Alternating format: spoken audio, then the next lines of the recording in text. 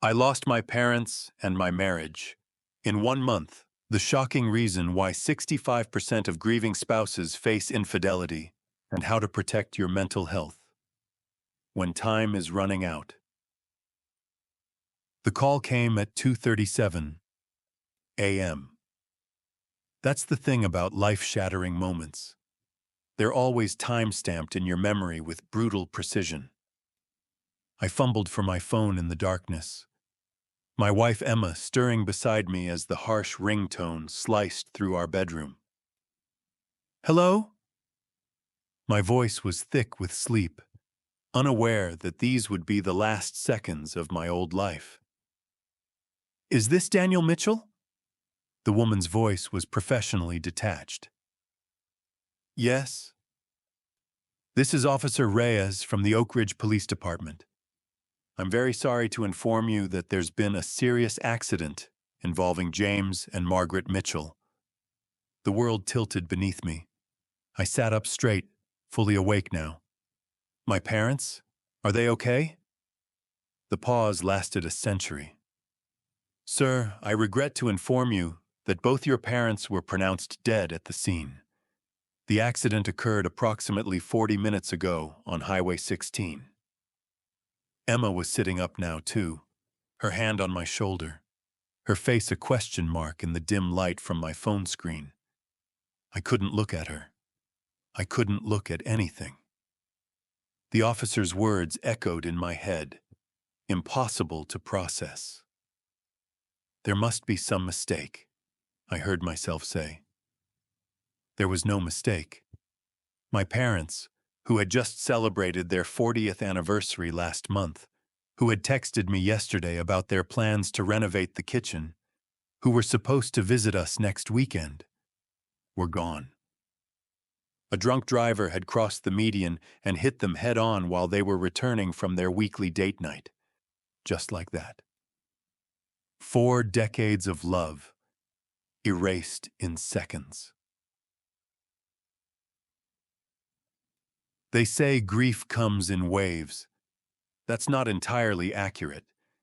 For me, it came like a tsunami that swept away everything familiar, followed by an endless series of aftershocks that hit just when you think you might be standing on solid ground again.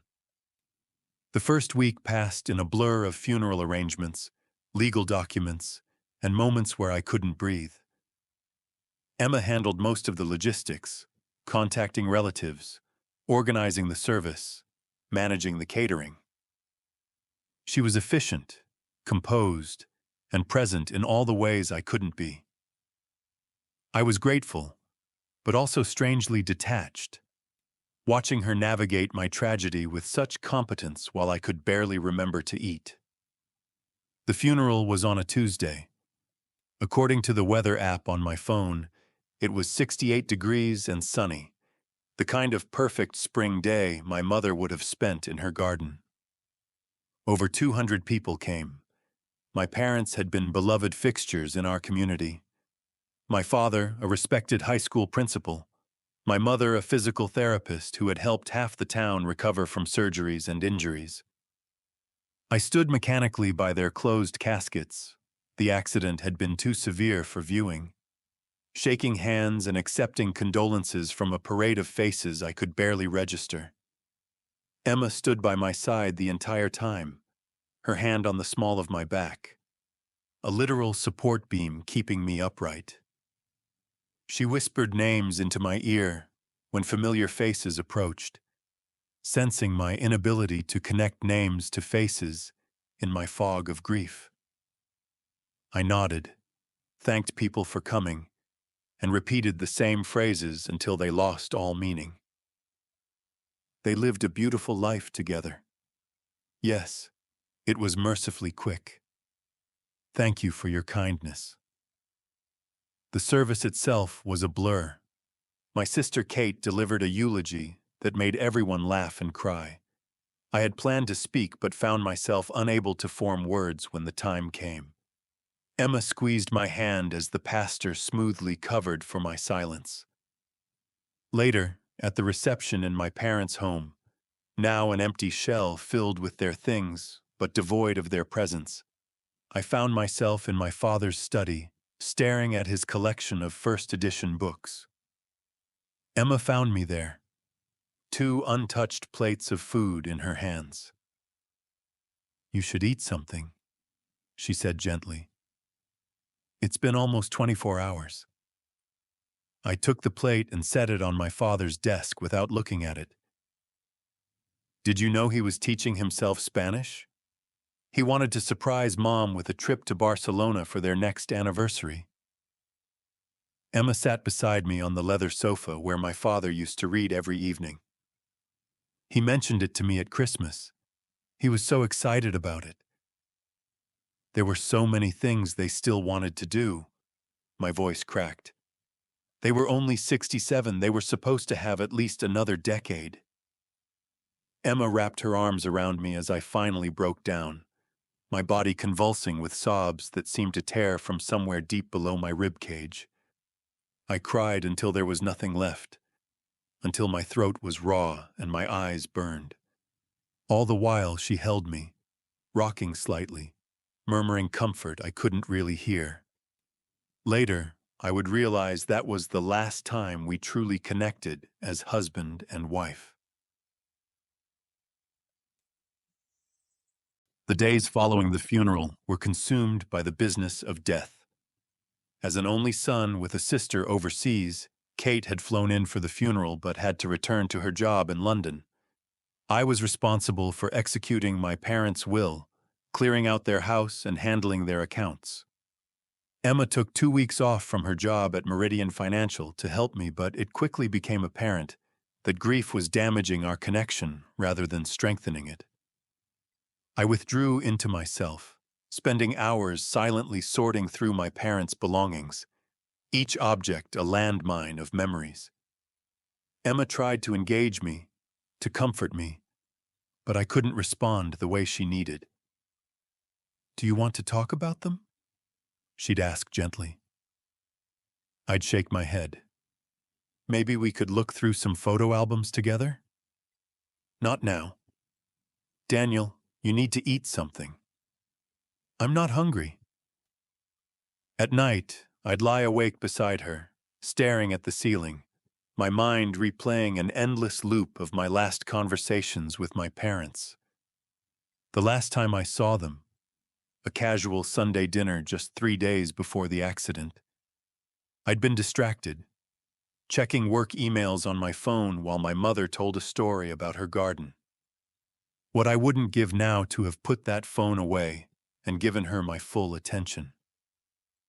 Emma would reach for me in bed, but I'd turn away, unable to bear being touched, unable to explain why. Sex was unthinkable. My body felt like it belonged to someone else, someone hollow and numb. After a week of this, she stopped trying. 2 weeks turned into a month. I returned to work at the architectural firm where I was a partner, but I was a ghost there too, going through the motions. My colleagues were understanding. Everyone knows you get a grace period after a loss. But I could feel their patience wearing thin as deadlines approached, and my work remained subpar. Emma returned to her job too. She was the rising star of Meridian's investment team, recently promoted to senior investment strategist.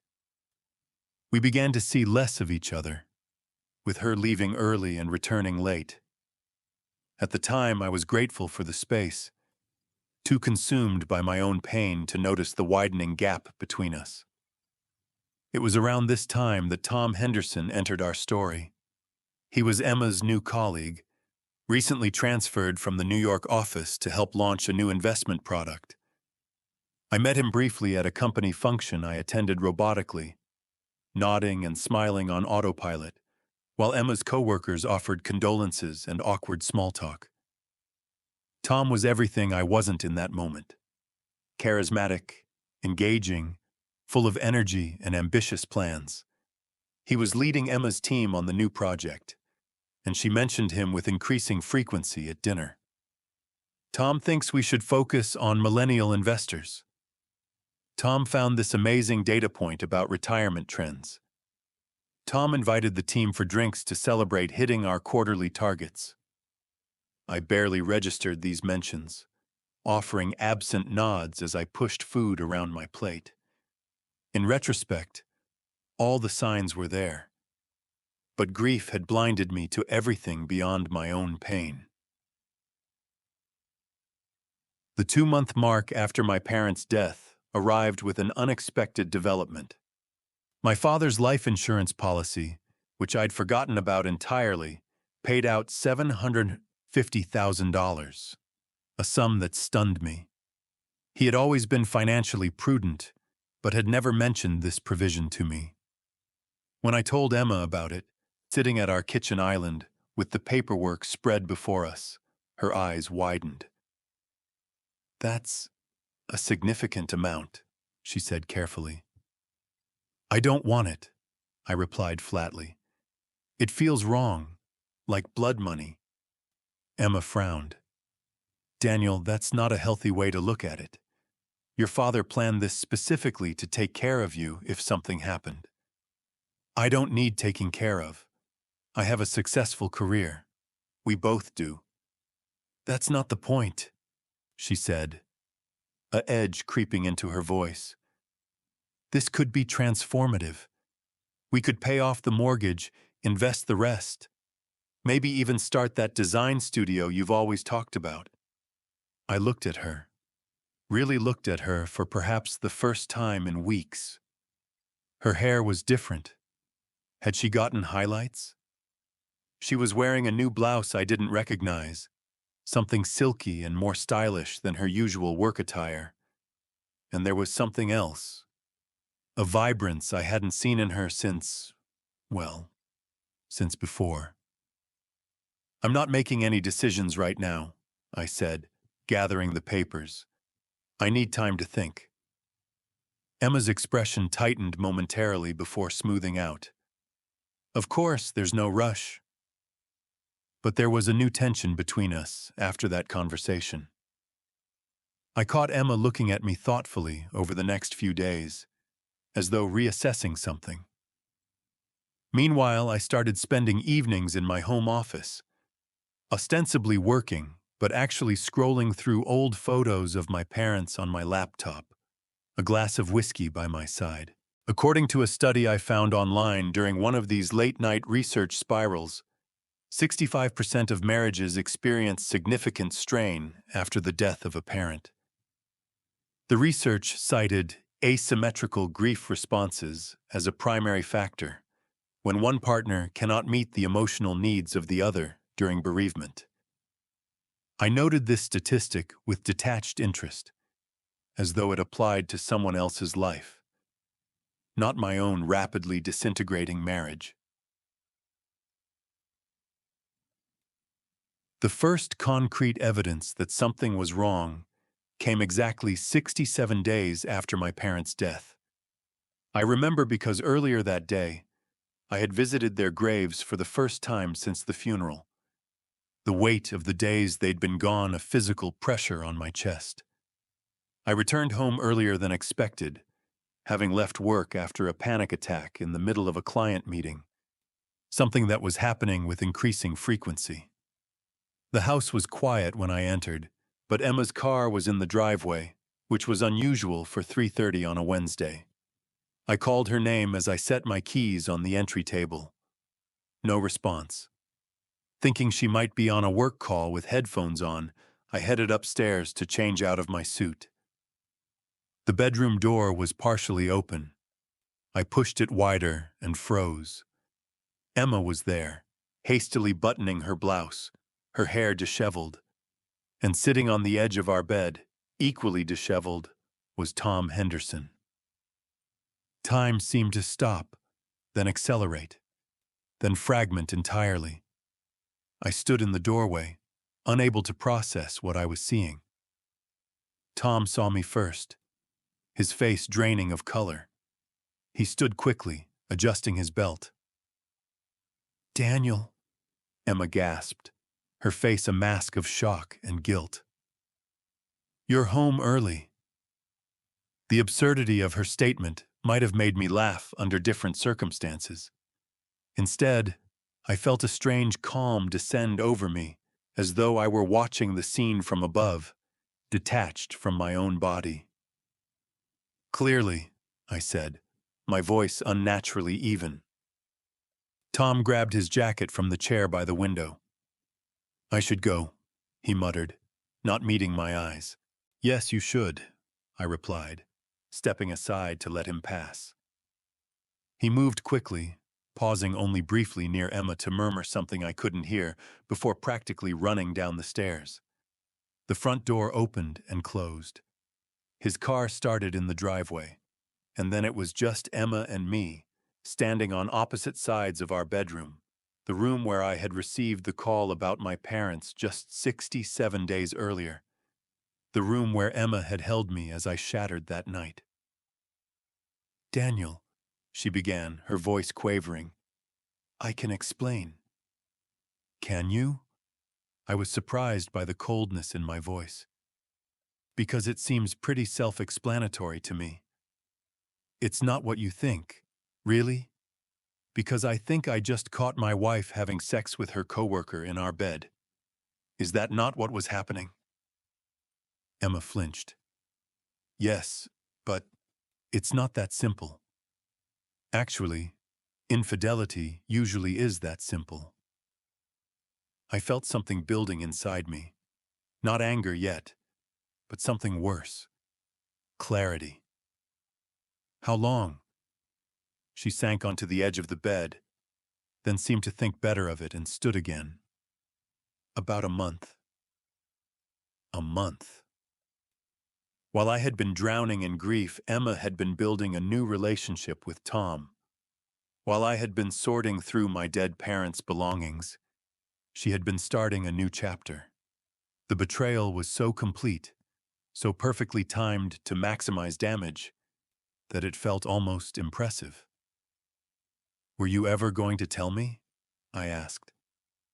Emma pushed her hair back from her face, a gesture I had once found endearing. "I don't know, maybe. I've been trying to reach you, Daniel, but you haven't been here. Not really." "I've been grieving my parents," I said, a dangerous edge entering my voice. "For 2 months," she exclaimed, then immediately looked regretful. "I'm sorry. That came out wrong. I know you're in pain. I know this is the worst possible time. But I've been lonely and scared, completely shut out. So naturally, the solution was to sleep with your boss." "He's not my boss, he's my colleague," she corrected automatically, then winced at how petty it sounded. "Daniel, I made a terrible mistake. But you have to understand, I've been trying everything to connect with you, and you've completely shut down. You don't talk to me, you don't touch me, you barely look at me." A horrible thought occurred to me. "Is this about the life insurance money? Did you tell Tom about it?" Emma's face registered shock, then outrage. "How dare you? This has nothing to do with money." "Then what is it about? What was so urgent that you couldn't wait until I wasn't actively traumatized to seek comfort elsewhere?"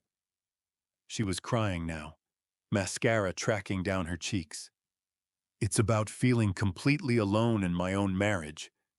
It's about watching my husband disappear into grief and being powerless to help him. It's about being rejected every single time I tried to comfort you." "And what about sex? Is that what this is really about? I haven't been performing to your satisfaction while processing the sudden death of both my parents?" Emma looked away. Her silence was damning. "Wow," I said softly. "Just wow." "It's not just about sex," she said weakly. "But yes, physical intimacy is important to me, and you haven't touched me in 2 months. So you found someone who would." "I made a mistake," she repeated. "A terrible mistake that I regret completely. But Daniel, our marriage was in trouble before this happened." I leaned against the doorframe, suddenly exhausted. Our marriage wasn't in trouble, Emma. I was in trouble. My parents died suddenly and violently, and I've been trying to survive that. I needed my wife to be patient, to give me time to find my way back. How much time? She asked, and the question felt like a slap. Another month? 6 months? A year? I'm not asking to be cruel, Daniel. I genuinely want to know what the timeline is for our marriage to resume. I don't know, I admitted. That's the thing about grief. It doesn't follow a convenient schedule. We stared at each other across the bedroom, two people who had shared a bed for 7 years, but now seemed like strangers. The silence stretched between us, heavy with all the things we couldn't say or take back. Finally, I turned toward the door. I can't be in this house right now. I'm going to stay at a hotel tonight. Daniel, please. Emma stepped forward, reaching for me. Don't leave like this. We need to talk about this, figure out what happens next. I pulled away from her touch. What happens next is I need space to think about everything. As I packed an overnight bag, Emma hovered nearby, alternating between teary apologies and defensive explanations. I barely heard her. My mind was racing ahead, calculating and recalculating what this meant for my life. A life already derailed by tragedy and now further complicated by betrayal. Before I left, I turned to her one last time. Did you ever stop to consider that maybe the reason I couldn't be intimate, because every time I closed my eyes, I saw my parents' broken bodies?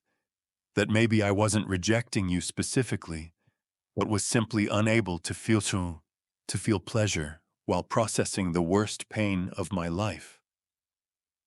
Emma's face crumpled. I didn't think of it that way, she whispered. No, I said quietly. You didn't. The hotel room was sterile and anonymous, exactly what I needed. I lay on the too-firm bed, staring at the ceiling, feeling a strange sense of déjà vu. Once again, my life had been upended in an instant. Once again, I was alone with grief, though now it was compounded by betrayal. My phone buzzed repeatedly with texts and calls from Emma, which I ignored. Around midnight, it buzzed with something different, a social media notification.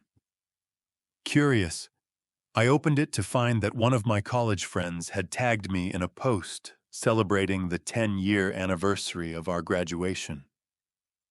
There I was, grinning in cap and gown between my beaming parents. Mom's arm was around my waist, Dad's hand on my shoulder. They looked so proud, so vibrantly alive. And beside me, though not yet identified as my girlfriend in the caption, stood a younger Emma, her smile bright and genuine as she looked at me instead of the camera. The image hit me like a physical blow. 10 years. In that decade, I had established my career, married Emma, bought our house. My parents had retired, traveled, begun new hobbies. And now, in the space of 2 months, both my parents and my marriage were gone. According to that study I'd read, the 65% of marriages that experience strain after parental loss don't all end in divorce. Some couples find their way back to each other, emerging stronger for having weathered the storm together. But that required both partners to be committed to the process, to recognize grief as a shared journey rather than an individual burden. Emma and I had failed at that. Or perhaps more accurately, we had never been given the tools to succeed.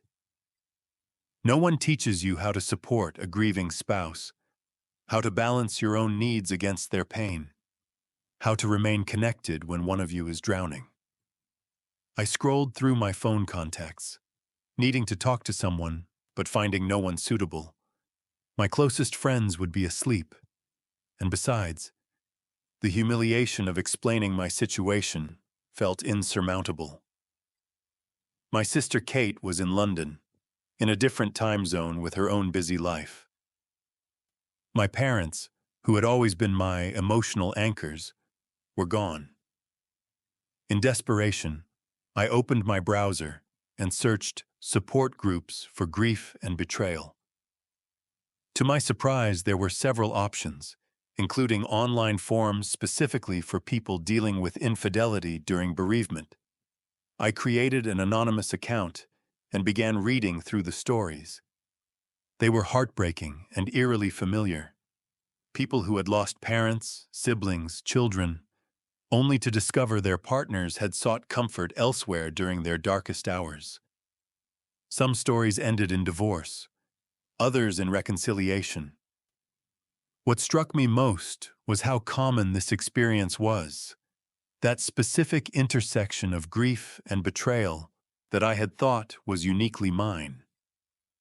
According to one post, a therapist had explained the phenomenon this way: grief creates an emotional vacuum that can pull relationships apart, if not consciously countered.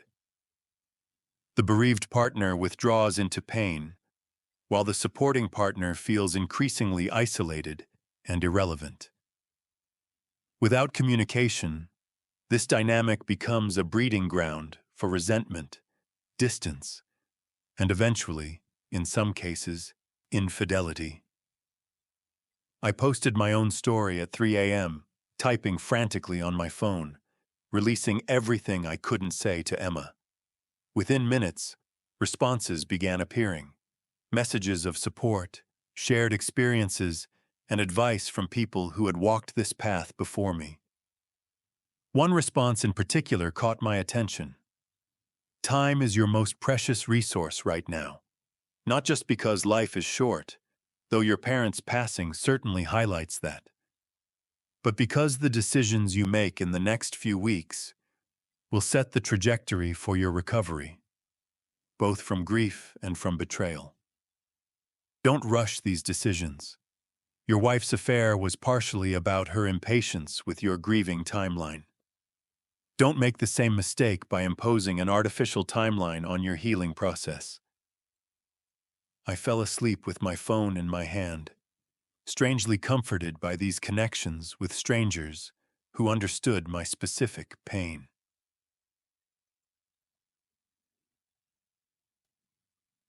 Morning brought a clearer head and an unexpected text, not from Emma, but from my boss, Gregory. Take all the time you need, Daniel. The Westridge project is covered. Focus on what matters now. It was a simple message, but profound in its understanding. Since returning to work after the funeral, I had been pushing myself to maintain normalcy, to prove I could handle my responsibilities despite my grief. Gregory's text gave me permission to prioritize my emotional recovery, something I hadn't allowed myself to do. I checked out of the hotel without a clear destination in mind. I couldn't go home. The image of Emma and Tom in our bedroom was still too raw. I couldn't go to my parents' house. Though technically mine now, it remained a shrine to their absence, filled with half-packed boxes and memories. Almost on autopilot, I found myself driving to Lakeside Park, a place my father had taken me fishing nearly every weekend throughout my childhood. I parked near the water and walked to our spot, a quiet section of shoreline partially hidden by willows. The day was cool and overcast, the lake still as glass. I sat on a large flat rock where my father used to set up our tackle box, watching ripples form and dissolve as fish occasionally broke the surface. "What would you do, Dad?" I whispered to the empty air. The silence that answered was deafening, but somehow I felt closer to him here than I had since the funeral. I could almost hear his voice, practical and measured as always. First, breathe. Then identify what you actually want, not just what you're angry about. What did I want? The question was surprisingly difficult to answer. Did I want my marriage back? The marriage I thought I had no longer existed. Did I want revenge? The thought held no appeal. Did I want to start over completely? The idea was both terrifying and exhausting. As I sat by the lake, my phone buzzed again. This time it was Dr. Levine, my parents' family physician, who had become a friend over the years. Daniel, I heard what happened with Emma. Your neighbor Judy called me, concerned. If you need a place to stay or someone to talk to, our guest room is yours. No pressure, no questions. The offer brought tears to my eyes. Dr. Levine had been there when I broke my arm at 12, when I had mono in high school, when my father had his minor heart scare 5 years ago. He was one of the constants in my life, a connection to my parents and my history. I texted back, "Thank you. Might take you up on that." Then I returned to my contemplation of the lake, thinking about time and its merciless forward motion. 2 months ago, my parents had been alive. Today, I was sitting alone by a lake, my marriage in shambles. What would things look like 2 months from now? A year? 5 years? According to various grief resources I'd consumed in my late-night research binges, the first year after a significant loss is the hardest. The first birthdays without them, the first holidays, the first anniversary of their death. I was only 2 months into that year. With 10 more to go, how was I supposed to handle that while also processing Emma's betrayal? A study from the American Psychological Association found that decision-making ability is significantly impaired during acute grief. The researchers recommended postponing major life decisions for at least 6 months after a significant loss. By that metric, I shouldn't even be considering whether to end my marriage yet. But waiting felt impossible when the betrayal was so fresh, so raw. My phone rang. Emma again. This time I answered. "Where are you?" she asked immediately. "I've been worried sick." "I'm at Lakeside Park," I replied, my voice flat. Thinking. "Can I join you?" "Please, Daniel, we need to talk face to face." Part of me wanted to refuse, to maintain the distance that was protecting me from more pain. But another part, the part that had loved Emma for nearly a decade, recognized that any decision about our future would require direct communication. "Fine," I said. "I'm at the East Shore, near the Willows." "I know the place," she said softly. "Your father's fishing spot. I'll be there in 20 minutes. The fact that she knew exactly where I was, that she remembered this detail about my relationship with my father, pierced through my numbness briefly. We had a history, Emma and I. 8 years together, 7 of them married. She knew me in ways no one else did, or at least she had. I watched a family with young children set up a picnic across the lake, their laughter carrying over the water.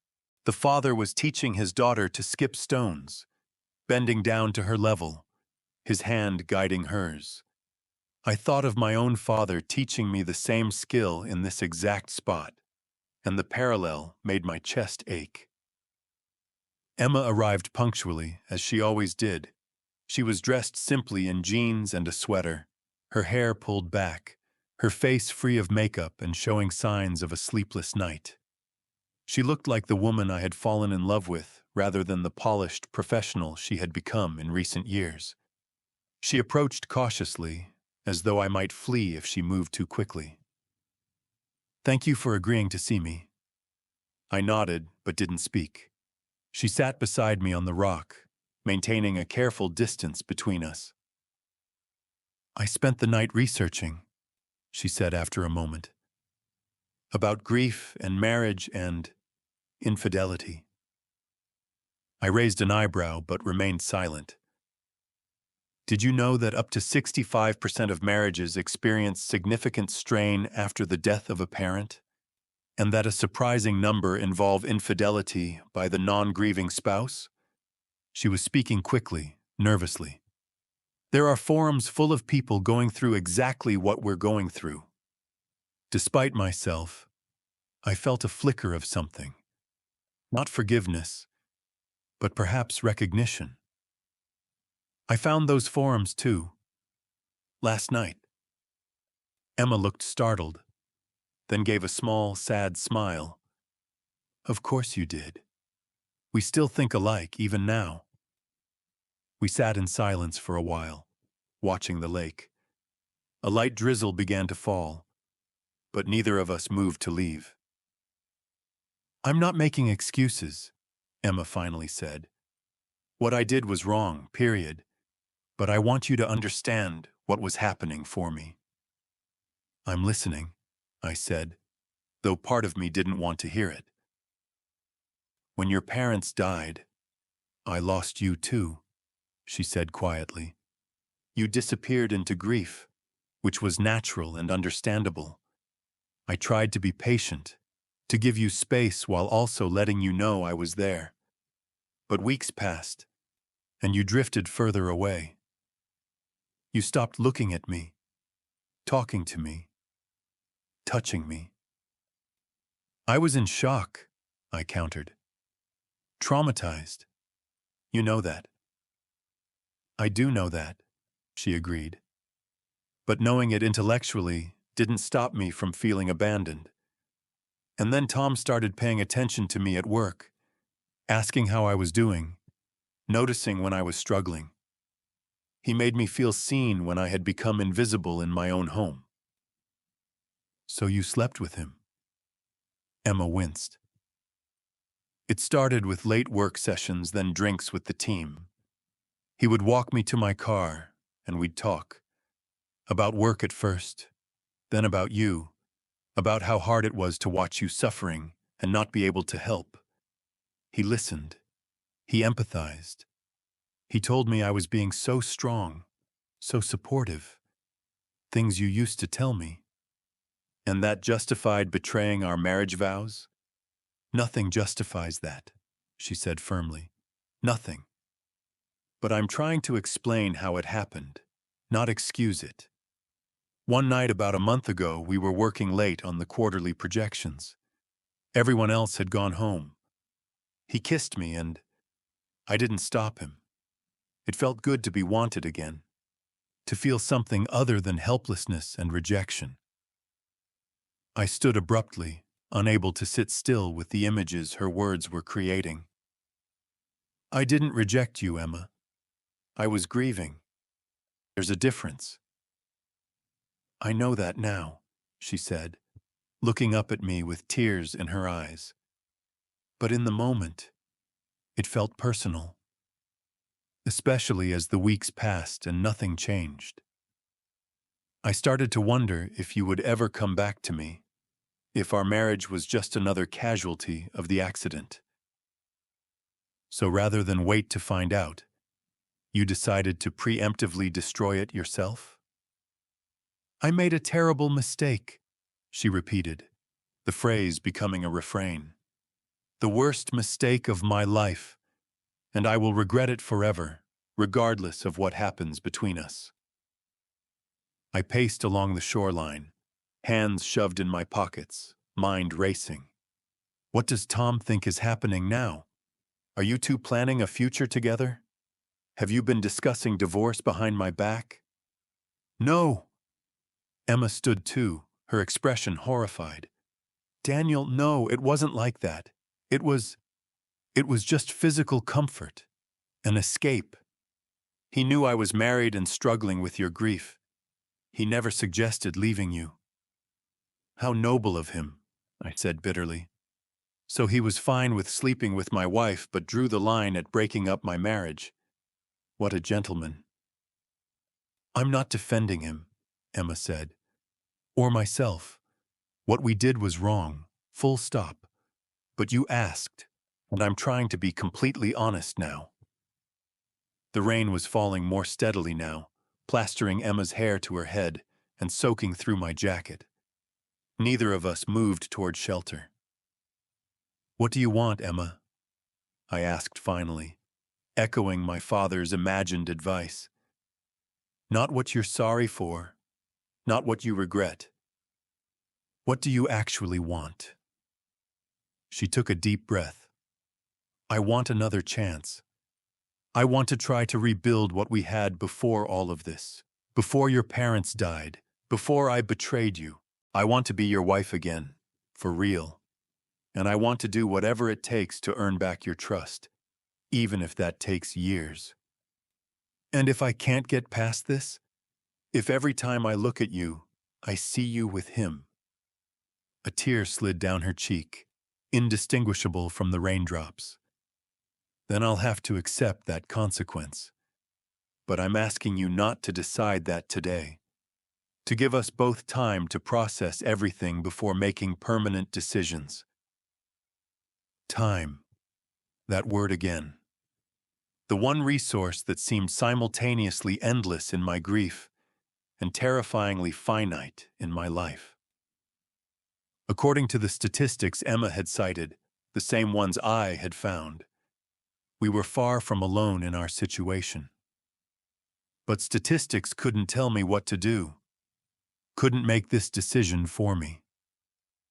"I need more space," I said finally. "Not just one night, but real time to think. And I can't be in our house right now." Emma nodded, visibly trying to hide her disappointment. "Where will you go?" "Dr. Levine offered his guest room. I think I'll take him up on that for a while." "Okay," she whispered. "And what about us? In the meantime?" I considered the question carefully. I'm not making any decisions about our marriage right now. I need to focus on processing my parents' death first. That has to be my priority. "Of course," she said quickly. "Take all the time you need. I'll move my things into the guest room when you're ready to come home. Or I can stay with my sister if you prefer to be in the house alone." The rain was coming down in earnest now, and we were both soaked. Still, neither of us moved to end the conversation. "What about Tom?" I asked, the question painful but necessary. "Will you keep working with him?" Emma shook her head firmly.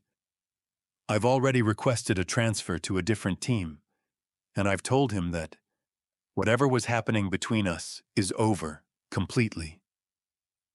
"Does he know about the life insurance money?" The question had been bothering me since yesterday. "No," Emma said, looking genuinely shocked. "Daniel, I never discussed our finances with him. Never. This wasn't about money." I believed her, which was something, I supposed. A small island of truth in an ocean of uncertainty. "I should go," Mike, I said, gesturing at our sodden clothes, "before we both catch pneumonia." Emma nodded but made no move to leave. Can I call you? Not every day. Not to pressure you. Just to check in occasionally?" I considered refusing but found I didn't have the energy for complete severance. "Text first," I said finally. "If I'm in a place to talk, I'll let you know." "Thank you," she said quietly. Then, hesitantly, "Daniel, I know this isn't the time, but I need to say it again. I love you. I never stopped loving you, not for a single moment. What I did had nothing to do with not loving you enough." The words hit me with unexpected force. Despite everything, part of me wanted to believe her. Wanted to believe that love could coexist with betrayal, that our story wasn't as simple as faithful husband and cheating wife. "I need to go," I repeated, unable to respond to her declaration. This time, I walked away first, heading toward my car without looking back. I could feel her watching me, but I didn't turn around. Couldn't. As I drove to Dr. Levine's house, I thought about that 65% statistic again. If nearly two-thirds of marriages struggled after parental loss, that meant one-third didn't. What was different about those couples? What resources or skills or luck did they possess that Emma and I had lacked? According to the forums, the relationships that survived shared certain characteristics: open communication about grief, realistic expectations about recovery timelines, and most importantly, a mutual commitment to weather the storm together, no matter how long it lasted. Emma and I had failed on all counts. I had withdrawn into my pain, shutting her out entirely. She had grown impatient with my grieving process and sought validation elsewhere. We had both responded to crisis in ways that damaged rather than strengthened our bond. Dr. Levine welcomed me with the quiet efficiency of someone used to handling people in crisis. He showed me to his guest room, offered me dry clothes that had belonged to his son, now living in Seattle, and told me dinner would be ready in an hour if I felt like joining him and his wife Martha. No pressure, either way. I showered, changed, and lay on the unfamiliar bed, staring at the ceiling. My phone buzzed with a text from Emma. "I know you need space, but I wanted you to know I've requested 2 weeks of personal leave from work. I'm going to start therapy. Already have an appointment for tomorrow. Whatever happens between us, I need to understand why I did what I did. I love you." I didn't respond, but I found myself oddly comforted by her proactive steps. At least one of us was doing something constructive instead of just spiraling. Dinner with Dr. Levine and Martha was surprisingly bearable. They didn't ask questions, didn't offer unsolicited advice. Instead, Martha talked about her garden, and Dr. Levine, "Call me Robert for God's sake, you're 35 years old," discussed a medical conference he'd recently attended. Normal conversation that required nothing from me beyond basic courtesy. After dinner, as I helped clear the dishes, Robert said casually, "Your parents were my friends for 30 years, Daniel. I miss them terribly.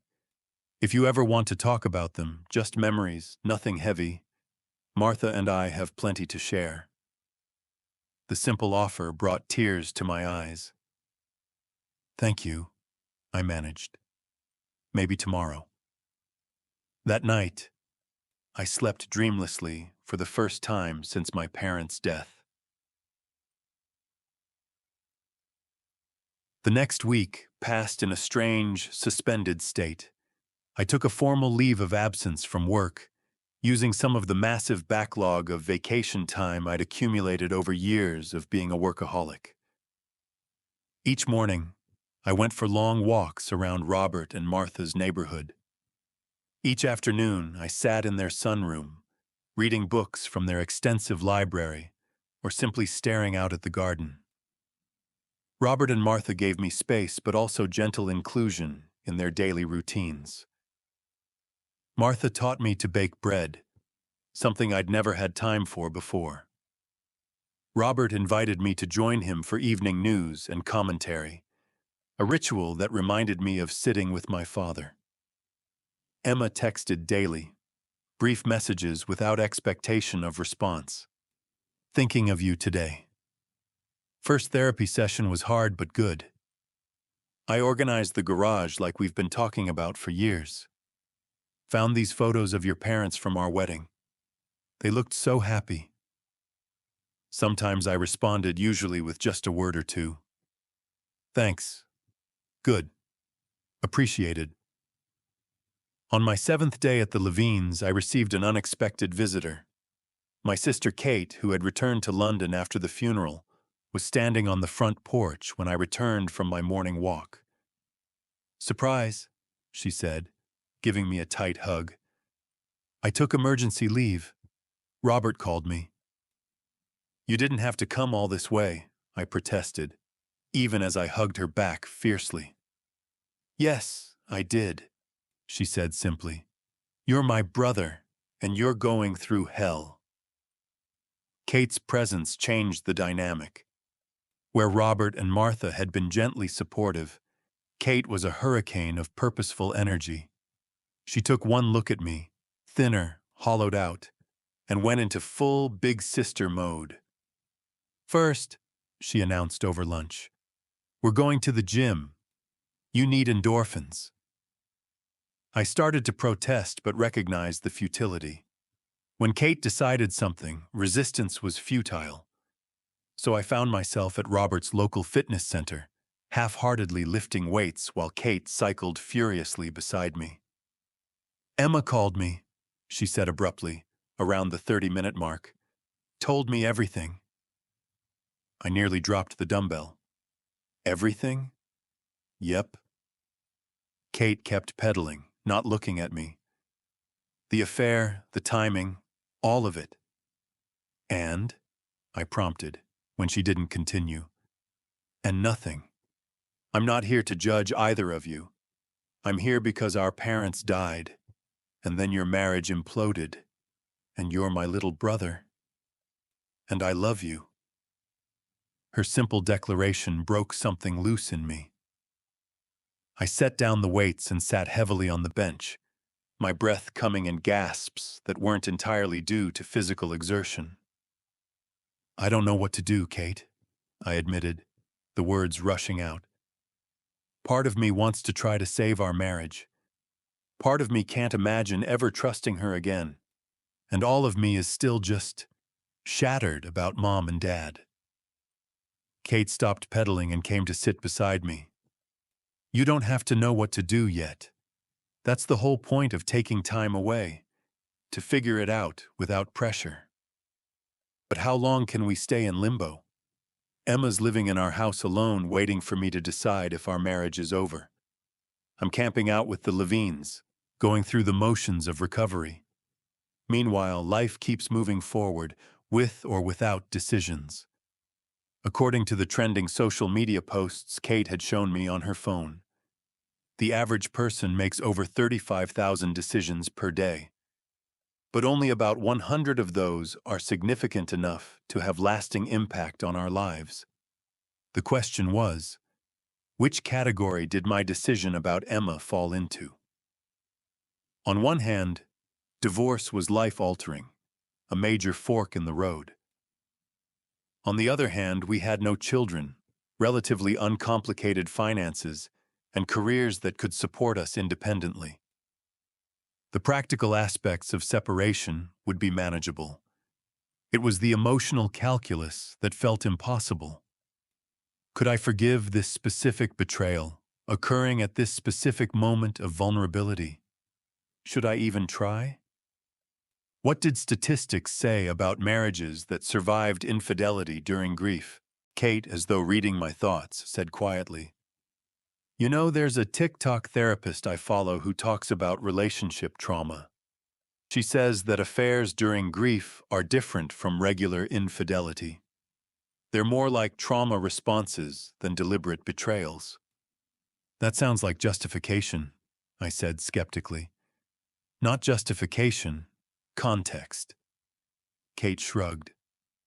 Emma did something terrible at the worst possible time. That's fact. But understanding why people do terrible things matters if you're considering forgiveness. I thought about that as we finished our workout, showered, and headed back to the Levines. Kate had always been better at nuance than me, more willing to see gray areas where I tended toward black and white thinking. That evening, Kate convinced me to join her for dinner at a new restaurant downtown, my first real outing since discovering Emma's affair. As we waited for our food, she pulled out her phone and showed me a social media post from a relationship expert. The 72-hour rule.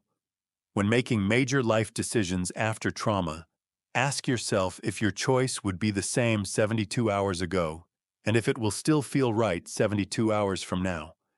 If the answer to either question is no, wait. What do you think? Kate asked, watching me read. I think 72 hours is nothing compared to the rest of your life, I replied. But I get the point. Don't make permanent decisions based on temporary emotions.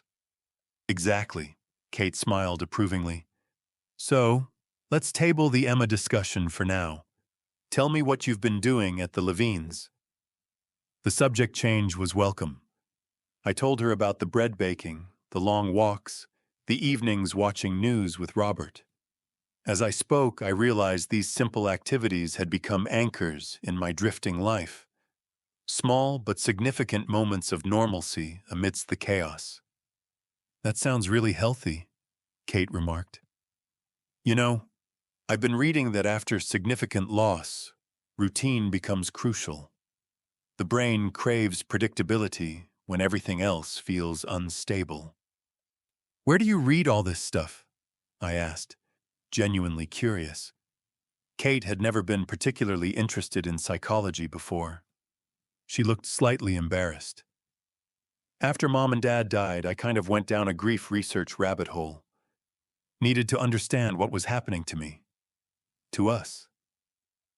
And? Did it help? Some of it, she admitted. The stuff about grief not being linear made sense to me. Some days I'm fine. Then I see someone who looks like Mom in a crowd, and I'm a wreck for hours. The research validated that pattern. I nodded, recognizing my own experience in her words. For me, it's dreams. I'll go days feeling almost normal, then dream about Dad and wake up feeling like it just happened yesterday. That's normal too, Kate assured me. The brain processes trauma during REM sleep. Those dreams are actually helping you integrate the loss, even if they feel terrible. Our food arrived, momentarily halting the conversation. As we ate, I found myself studying my sister's face, noting the subtle changes grief had etched there. Slight shadows under her eyes, new lines around her mouth. She had lost weight too, I realized. I'd been so consumed by my own pain that I hadn't fully registered hers. I'm sorry I haven't been there for you, I said suddenly. With your grief, I've been so wrapped up in my own stuff. Kate looked surprised. Daniel, you lost your parents and then discovered your wife cheating, all within 2 months. You get a pass on being self-focused right now.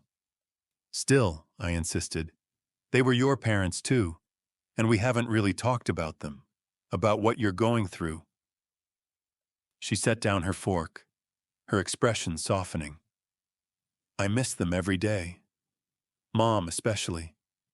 I keep going to call her, then remembering I can't. London feels so far away now. Before, the distance was physical but not emotional. Now it feels vast. Have you thought about moving back? I asked, realizing as I said it how much I wanted her to. Actually, yes. Kate's response surprised me. My contract ends in 3 months. I've been looking at positions here. Really?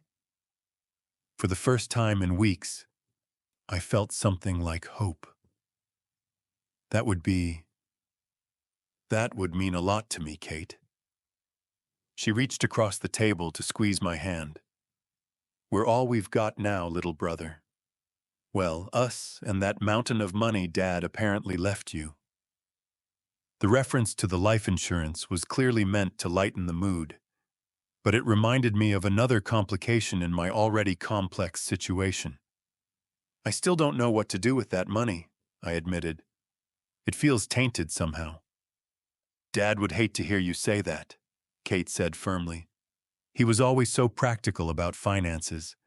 That policy was his way of taking care of you even after he was gone. I know, logically, but emotionally, I trailed off, unable to articulate the strange guilt I felt about benefiting financially from my parents' death. Give it time, Kate advised. There's no rush to decide anything. The money will still be there when you're ready. Time. Everyone kept telling me to take time, give it time, wait for time to heal. But time was also the enemy, each passing day creating more distance from my life with my parents, more complications in my marriage limbo, more pressure to move forward somehow. According to psychology research Kate had shared with me, the brain processes grief at its own pace, regardless of external timelines.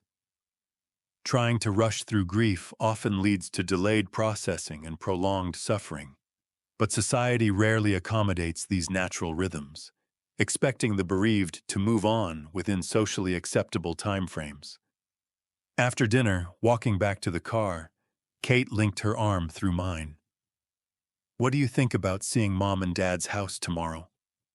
I haven't been there since the funeral." The suggestion made my stomach clench, but I nodded. It needs to be done. Most of their stuff is still there. "We'll do it together," Kate promised, "and only for as long as feels manageable." That night, I dreamed of my parents for the first time in weeks. But unlike previous dreams where they appeared as corpses or were dying in front of me, this dream was different. They were simply sitting in their backyard, drinking coffee, smiling as Kate and I approached. I woke with tears on my face, but they weren't entirely tears of sadness.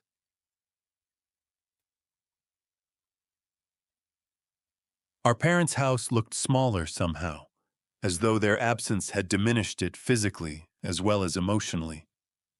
The lawn needed mowing, and the flower beds my mother had meticulously maintained were showing signs of neglect. I made a mental note to hire a gardener, one more task on the endless list of post-death logistics. Kate used her old key to let us in, and we stood in the entryway, momentarily overwhelmed by the silence. The house smelled faintly of the cinnamon air freshener my mother had always used, but underneath was a mustier scent of disuse. "Where should we start?" Kate asked, her voice unnaturally loud in the quiet house. "Maybe just walk through first? Get reacquainted?" We moved from room to room, noting what had changed since the funeral, very little, and what needed attention. In the kitchen, dishes from the reception still sat in the drying rack, as though waiting for my mother to put them away. In the living room, my father's reading glasses lay on his favorite chair, a bookmark protruding from the novel he would never finish. I picked up the book, a thriller by an author he'd enjoyed for years. He was 3 chapters from the end, I noted, flipping through the pages. He'll never know how it ends. The absurdity of this small loss among so many greater ones struck me suddenly, and I laughed, a harsh, broken sound. Kate looked alarmed. "Daniel?" "He'll never know if the detective caught the killer," I explained, the laughter turning to something else. "He'll never finish this stupid book. He'll never plant that apple tree he was researching. Mom will never use the spa gift certificate we got her for Christmas. They had all these plans, all these small, everyday things, and now—" I gestured helplessly at the silent house. Kate took the book from my hands gently. "I could read the ending for him," she suggested, out loud. "Maybe at the cemetery next time we go." The suggestion was so perfectly Kate, practical yet deeply sentimental, that it broke through something in me. "He'd like that," I managed. We continued our tour, eventually ending up in my father's study. This room had always been his sanctuary, walls lined with books, desk positioned to catch the morning light, family photos arranged precisely on the credenza behind his chair. I had spent hours here as a child, doing homework while he graded papers, then later as an adult, discussing architecture over glasses of his favorite whiskey. Kate moved to the desk, running her fingers over the polished wood. Remember how he used to swivel in this chair when he was thinking hard about something? I smiled at the memory. And how he'd tap his pen against his teeth when he was concentrating. Mom used to say he'd wear them down to nubs. And that weird filing system that only made sense to him, Kate added, opening a drawer to reveal color-coded folders with Dad's distinctive handwriting.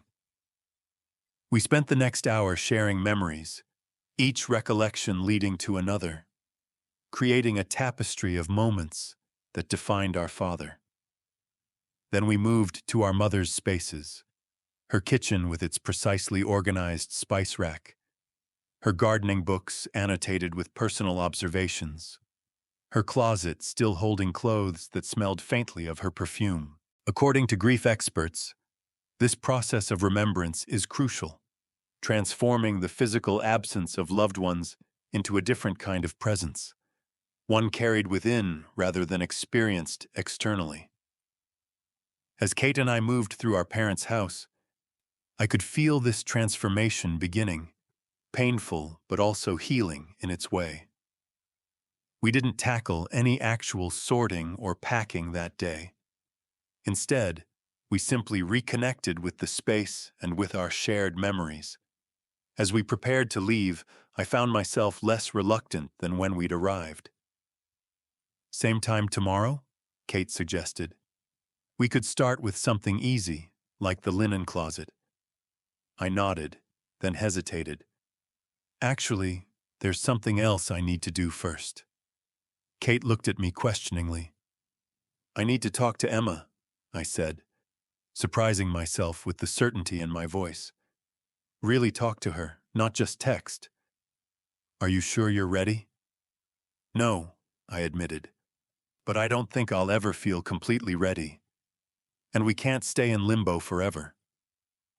According to that TikTok relationship expert Kate had mentioned, the longer a couple remains in uncertainty after betrayal, the more difficult reconciliation becomes. The wounded partner's pain calcifies into resentment, while the betraying partner's guilt transforms into defensive justification. If there was any chance of saving our marriage, if that was even what I wanted, the conversation couldn't wait indefinitely. Kate hugged me tightly before I left. Whatever happens, I'm here. And I'm not going back to London until you're okay.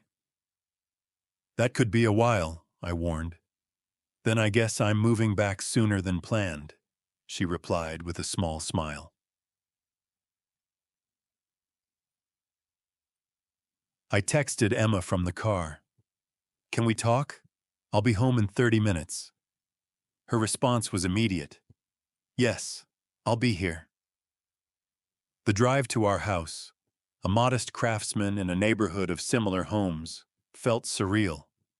I had been avoiding this place and all it represented, but now I was deliberately returning, choosing engagement over escape. Emma was waiting on the porch when I arrived, clearly having been watching for my car. She looked different, thinner, with dark circles under her eyes, her usual perfect appearance slightly disheveled.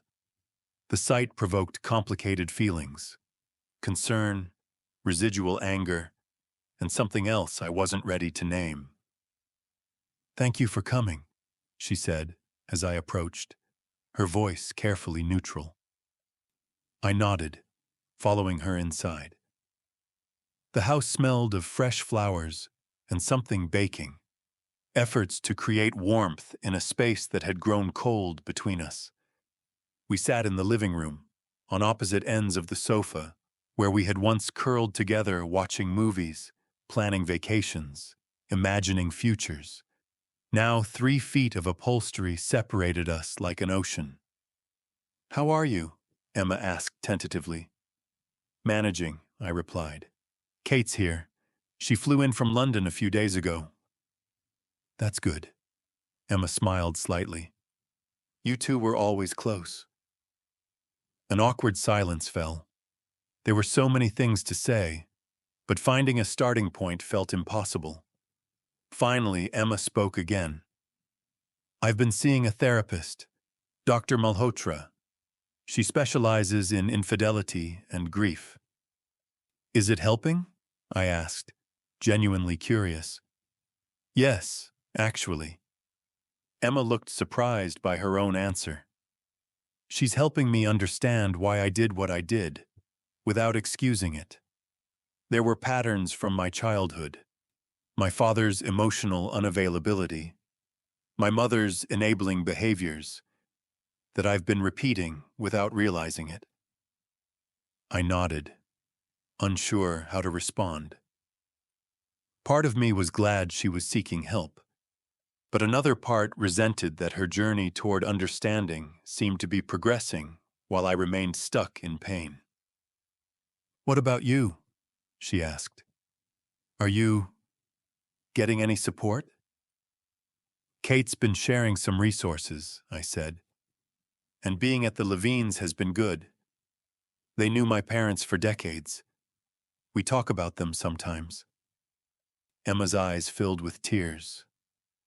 I'm glad. You deserve that. People who can help you connect with your memories of them. According to grief counseling literature, maintaining this connection with deceased loved ones is vital to healthy mourning. The goal isn't to get over the loss, but to integrate it into a new reality, to find ways of carrying the relationship forward in a different form. I went to their house today, I continued, with Kate. It was hard, but necessary. Your dad's books, Emma said softly, and your mom's garden. They made that house so special. The fact that she remembered these details, that she had known my parents well enough to identify what made them unique, hit me unexpectedly. Emma wasn't just my wife. She had been their daughter-in-law for 7 years. She had her own relationship with them, her own grief at their loss. Emma, I said, finally addressing the elephant in the room. I need to understand something. Did you sleep with Tom because I wasn't meeting your needs physically? Was that really the reason? She flinched as though I'd struck her. God, Daniel, no. That came out so wrong that day. I was defensive and trying to explain something that has no good explanation. But you said, I know what I said, she interrupted, her voice pained. And it was cruel and untrue. The physical distance between us was a symptom of the emotional distance, not the cause of what I did. Then why? I pressed. Just help me understand. Emma took a deep breath. When your parents died, everything changed overnight. You disappeared into grief, which was completely understandable. But I didn't know how to reach you, how to help you. I felt useless and terrified. You weren't useless, I countered. You handled everything, the funeral, the paperwork, the relatives. You were incredibly capable. Capable, yes, but not what you really needed. Emma's eyes filled with tears. I was good at the logistics, but terrible at the emotional support. I kept trying to fix your grief instead of just being present with it. And when I couldn't fix it, when you kept suffering despite my efforts, I felt like a failure. This was a perspective I hadn't considered, that Emma's efficiency had been her way of trying to help, not a sign of detachment. Tom made me feel competent again, she continued quietly. He admired my work, praised my insights, treated me like someone valuable when I was feeling increasingly irrelevant at home. The attention was intoxicating. So it was about ego? I asked, trying to understand. Partly, she admitted, but also about escape. When I was with Tom, I could pretend everything was normal. I didn't have to face the fact that the man I loved was drowning in grief, and I couldn't save him. I didn't have to think about your parents being gone, about how fragile life is, about how quickly everything can change. Her honesty was disarming. According to the grief forums I'd been reading, this pattern was common. The bereaved partner withdraws into pain while the supporting partner seeks escape, creating a cycle that can destroy even previously strong relationships. I've been thinking about what you said by the lake, I said after a moment, about how up to 65% of marriages experience significant strain after parental loss. Emma looked surprised that I remembered. Yes, it's frighteningly common. So why do the other 35% survive intact? What's different about them?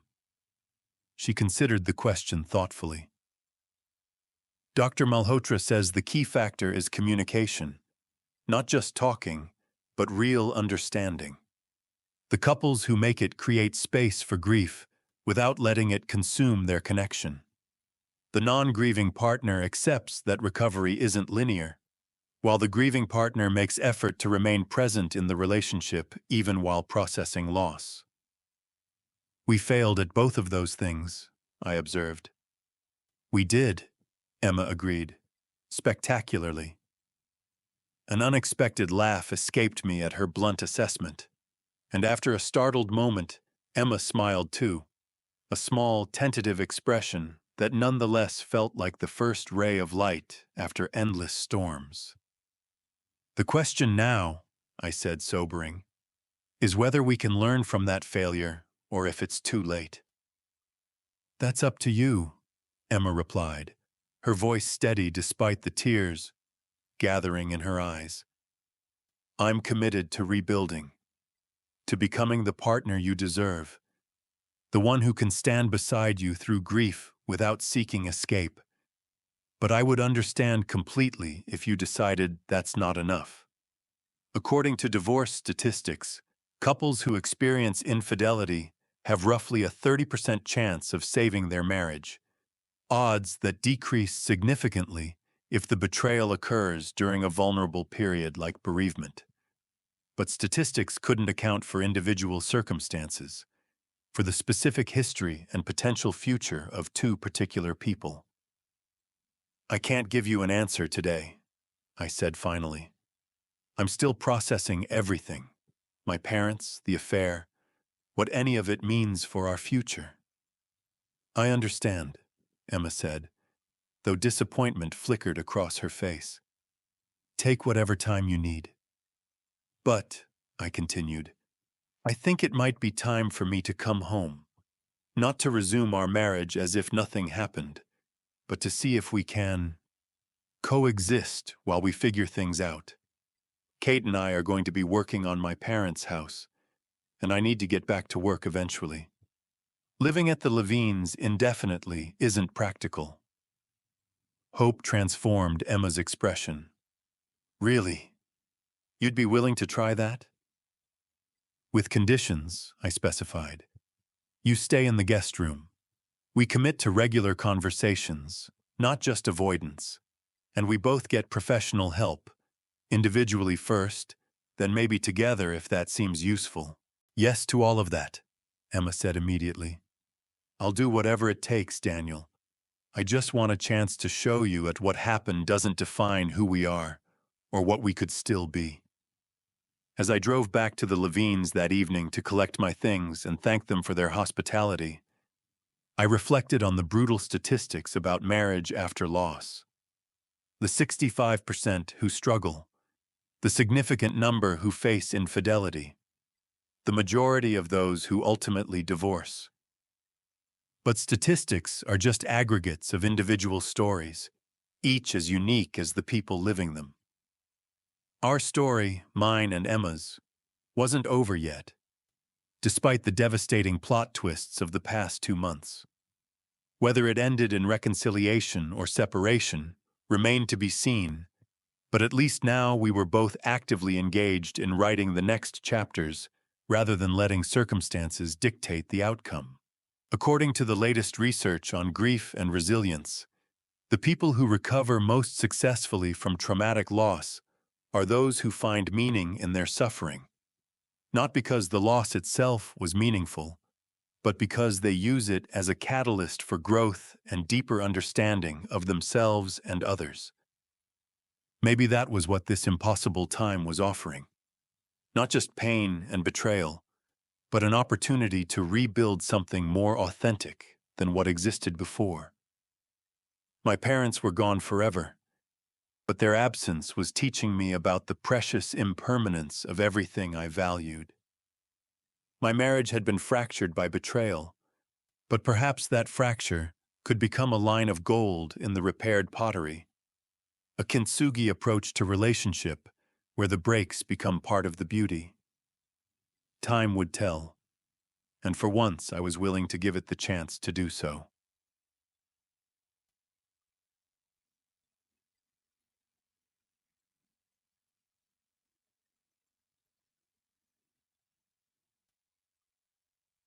Six months later, Kate moved back to the States permanently, taking a position at a university just 30 minutes from our city.